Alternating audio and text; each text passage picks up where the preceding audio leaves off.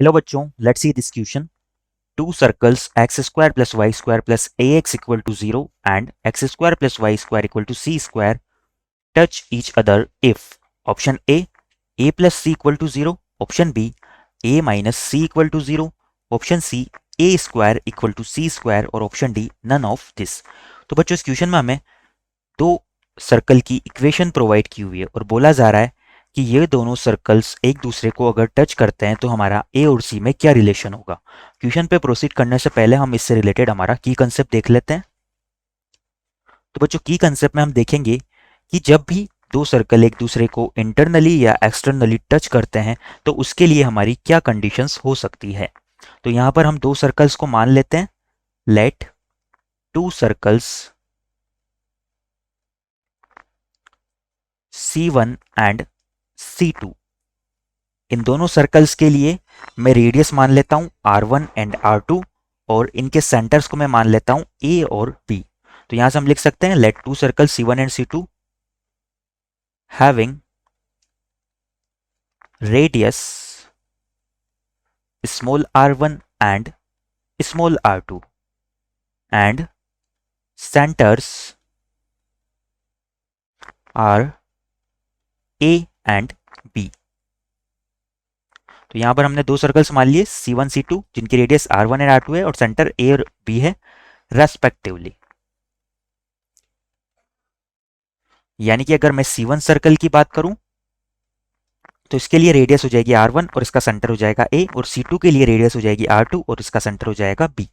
Now इसके लिए हम दो अलग अलग केसेस देखेंगे कि अगर ये दोनों एक दूसरे को एक्सटर्नली टच करे तो हमारा क्या केस बनेगा और इंटरनली टच करे तो हमारा क्या केस बनेगा. तो यहां पर अगर हम बात करें if this circles touches each other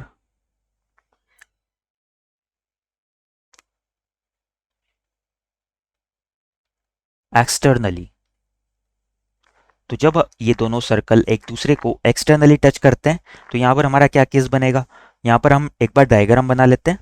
suppose ये मेरा C1 सर्कल है और ये मेरा C2 सर्कल है और ये दोनों एक दूसरे को किसी पॉइंट पर एक्सटर्नली टच कर रहे हैं.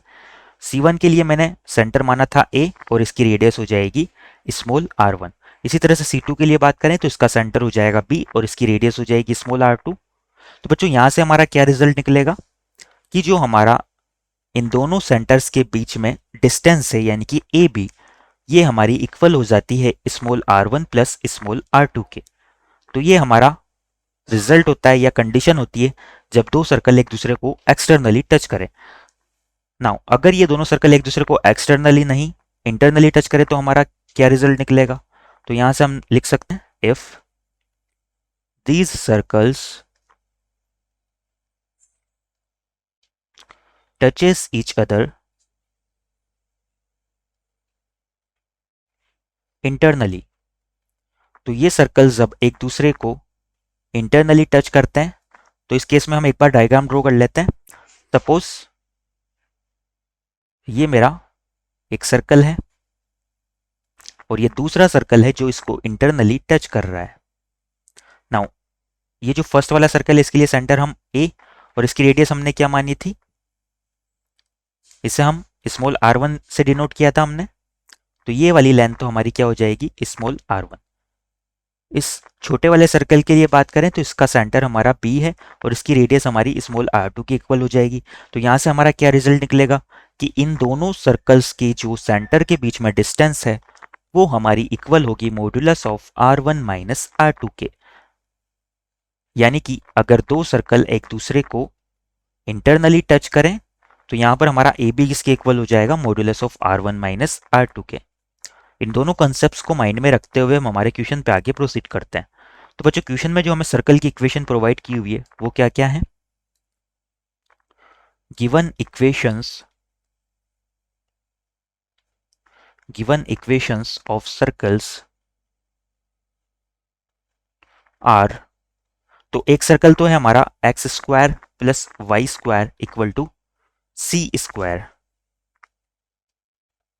और अगर हम दूसरे वाले सर्कल की बात करें तो ये हमें दिया हुआ है x square plus y square plus a x equal to 0.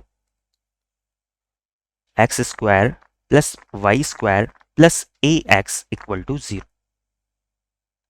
तो बच्चों यहाँ पर हमें दोनों सर्कल्स के लिए इक्वेशन प्रोवाइड की हुई है, तो इन दोनों की हेल्प से हम इन दोनों सर्कल्स के लिए सेंटर के कोऑर्डिनेट और रेडियस को फाइंड आउट कर सकते हैं। अगर इस वाले सर्कल की बात करें तो ये हमें स्टैंडर्ड फॉर्म में या जनरल फॉर्म में दिया हुआ है, और ये जो सेकंड सर्कल है ये स्टैंडर्ड फॉर्म में दिया हुआ है।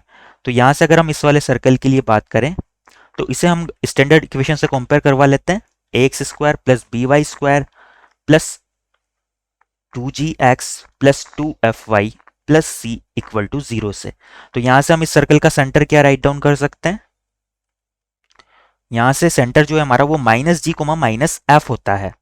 तो यहां से सेंटर क्या हो जाएगा, minus a by two comma y का टर्म तो यहाँ पर है नहीं, तो ये 0 हो जाएगा वाई कोऑर्डिनेट सेंटर का।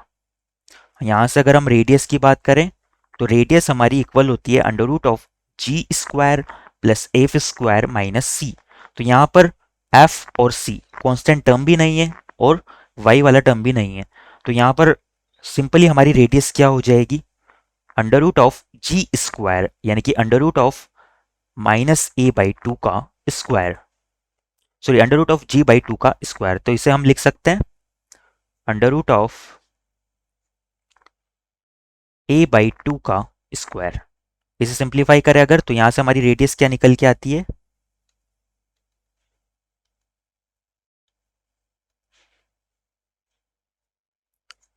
Modulus of A by to. Now अब हम हमारे इस सेकंड वाले सर्कल की बात करते हैं जिसकी इक्वेशन हमें स्टैंडर्ड फॉर्म में दी हुई है। तो बच्चों यहां से हम इस सर्कल के लिए सेंटर के कोऑर्डिनेट क्या राइट डाउन कर सकते हैं, जो स्टैंडर्ड सर्कल है हमारा वो किस फॉर्म में होता है, एक्स माइनस एच का whole square plus y minus k का whole square equal to r square. यहाँ से इस सर्कल के लिए जो सेंटर है वो एच कोमा के हो जाता है और रेडियस स्मॉल आर हो जाती है। तो यहाँ से अगर हम इन दोनों इक्वेशंस को आपस में कंपेयर करवाएं तो हम राइट डाउन कर सकते हैं कि इस सर्कल के लिए जो मेरा सेंटर है वो क्या हो जाएगा, एच और के दोनों 0 हो जाएंगे, तो यहाँ पर सेंटर हो जाएगा 0,0। और अगर हम रेडियस की बात करें तो रेडियस हमारी किसकी इक्वल हो जाएगी, तो यहाँ पर हम इन दोनों को कंपेयर करवाएं तो रेडियस हमारी इक्वल हो जाएगी सी के, रेडियस हमारी इक्वल हो जाएगी मॉडुलस ऑफ सी के, क्योंकि यहाँ पर r square equal to c square करेंगे तो आर हमारा किसके इक्वल आ जाएगा, मॉडुलस ऑफ सी के। तो बच्चों यहाँ से हमें दोनों सर्कल के लिए सेंटर और रेडियस मिल चुकी है। नाउ अब हम हमारा डायग्राम ड्रॉ कर लेते हैं एक बार। हम इन दोनों सर्कल को ड्रॉ करते हैं कोऑर्डिनेट एक्सिस पे।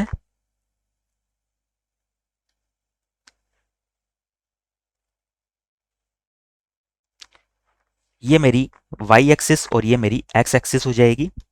तो बच्चों यहाँ से हम सेकंड वाले सर्कल को पहले ड्रॉ करते हैं। इसका सेंटर हमारा 0,0 यानी कि ओरिजिन है और रेडियस मॉडुलस सी है। तो ये सर्कल हमारा कुछ इस तरह से हो जाएगा।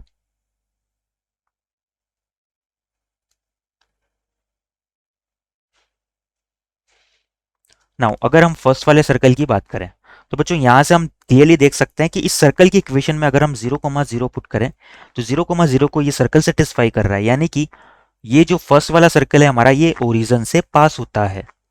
अगर ये सर्कल हमारा ओरिजिन से पास होता है तो ये किस तरह से हो सकता है, इसका सेंटर हमारा minus a by two coma 0 है।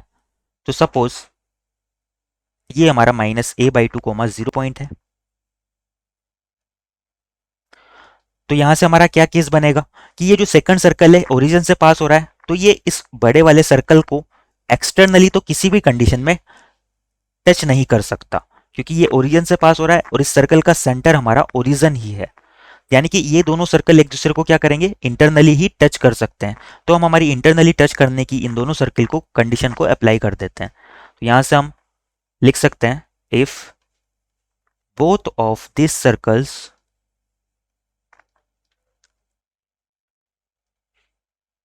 touches each other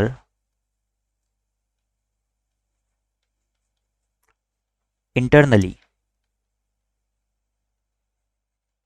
then तो यहां से हम क्या राइट डाउन कर सकते हैं, अगर ये दोनों सर्कल एक दूसरे को इंटरनली टच करते हैं तो इन दोनों के जो सेंटर के बीच की डिस्टेंस है वो क्या हो जाएगी, minus a by two coma 0 से 0,0 की डिस्टेंस।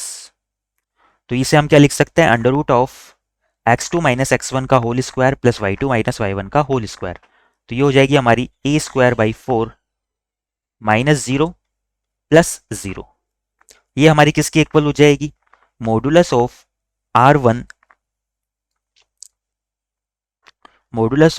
R1 माइनस R2 के। तो ये हमारी इक्वल हो जाती है मॉडुलस ऑफ R1 यानी कि modulus of C minus modulus of A by 2। तो यहां से हम क्या कंक्लूजन निकाल सकते हैं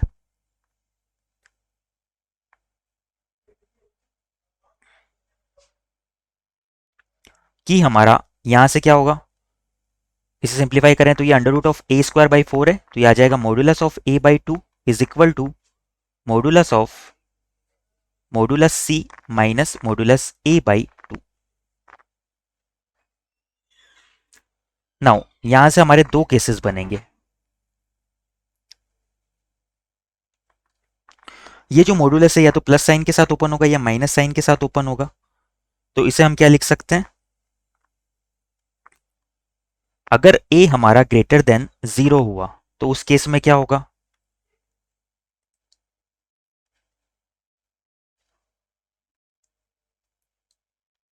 तो बच्चों यहां से अगर हम कंक्लूजन निकालें तो यहां से हम क्लियरली देख सकते हैं कि जो हमारा c है, ये जो हमारा c है जो कि बड़े वाले सर्कल की रेडियस है, ये हमारी छोटे वाले सर्कल की रेडियस से तो ज्यादा है। यानी कि c हमारा a बाई 2 से हमेशा बड़ा है, यानी कि modulus of c minus a by 2 ये हमारा पॉजिटिव आएगा। तो ये बाहर वाला मॉडुलस तो हमारा कैंसिल हो जाएगा। तो इसे हम लिख सकते हैं modulus of a by 2 is equal to modulus of c minus modulus of a by 2। तो यहां से हमारा क्या निकल के आता है, मॉडुलस ऑफ c हमारा इक्वल आ जाएगा, इस मॉडुलस ऑफ a बाई 2 को भी एलएचएस में लेके आएंगे तो ये हो जाएगा modulus a by 2 plus modulus a by 2 यानी कि मॉडुलस a। तो यहां से हमारा क्या आंसर आ गया, modulus of c equal to modulus of a, यानी कि c हमारा प्लस माइनस a के इक्वल होगा। या हम इसे लिख सकते हैं अगर दोनों साइड स्क्वायर करें तो c स्क्वायर हमारा a स्क्वायर के इक्वल हो जाएगा। तो यहां पर हमारे एक ऑप्शंस को एक बार देख लेते हैं हम। तो इस क्वेश्चन के रिगार्डिंग हमारा option A plus C equal to 0, यहां से c इक्वल टू माइनस ए मिलेगा हमें। Option B c equal to ए यहां से मिलेगा हमें a minus C equal to 0 से। और option C a square equal to c square, ये तीनों ही करेक्ट हो जाएंगे। तो यहां से हम लिख सकते हैं our final answers are options A, B and C. I hope you understand it well. Best of luck.